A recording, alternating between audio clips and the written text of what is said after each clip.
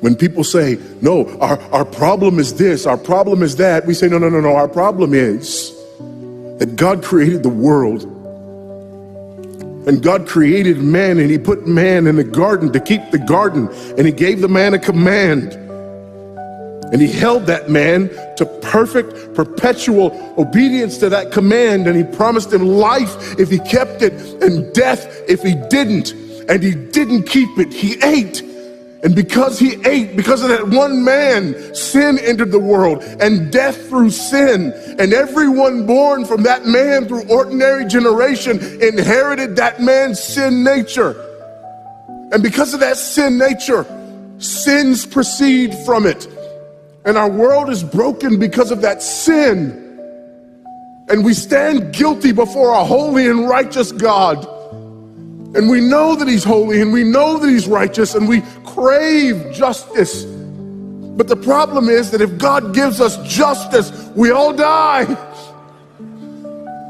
And so that God, in his goodness and in his mercy, sent forth his son, who was not born of ordinary generation, but was born of a virgin. Yes, the virgin birth matters. Why? Because if he's born of ordinary generation, he's born in sin. But because he's not born of ordinary generation, he's not born in sin. He's clean of sin. His record is clean. And he keeps his record clean. And he obeys God's law. And because he's fully God and fully man, he obeys the law of God on our behalf in his active obedience. And then in his passive obedience, God made him who knew no sin to be sin for us.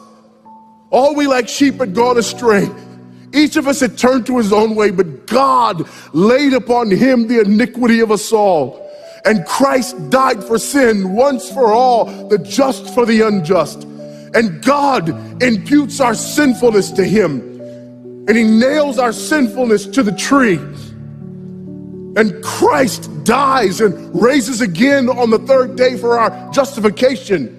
And there's another imputation. The righteousness of Christ is actually imputed to us so that God can be both just and the justifier of the one who places faith in Jesus Christ. So that all those who come to Christ may enter in.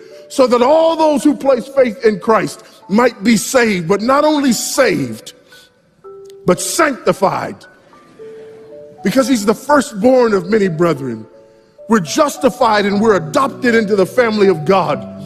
And we're sanctified. And as his children, we begin to bear the family resemblance.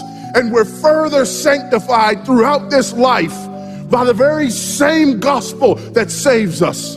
Until one day when it's all said and done, we're not just saved from the penalty of sin.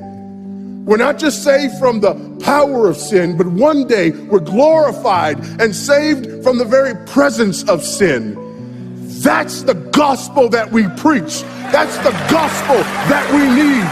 And that's the gospel that's more than enough.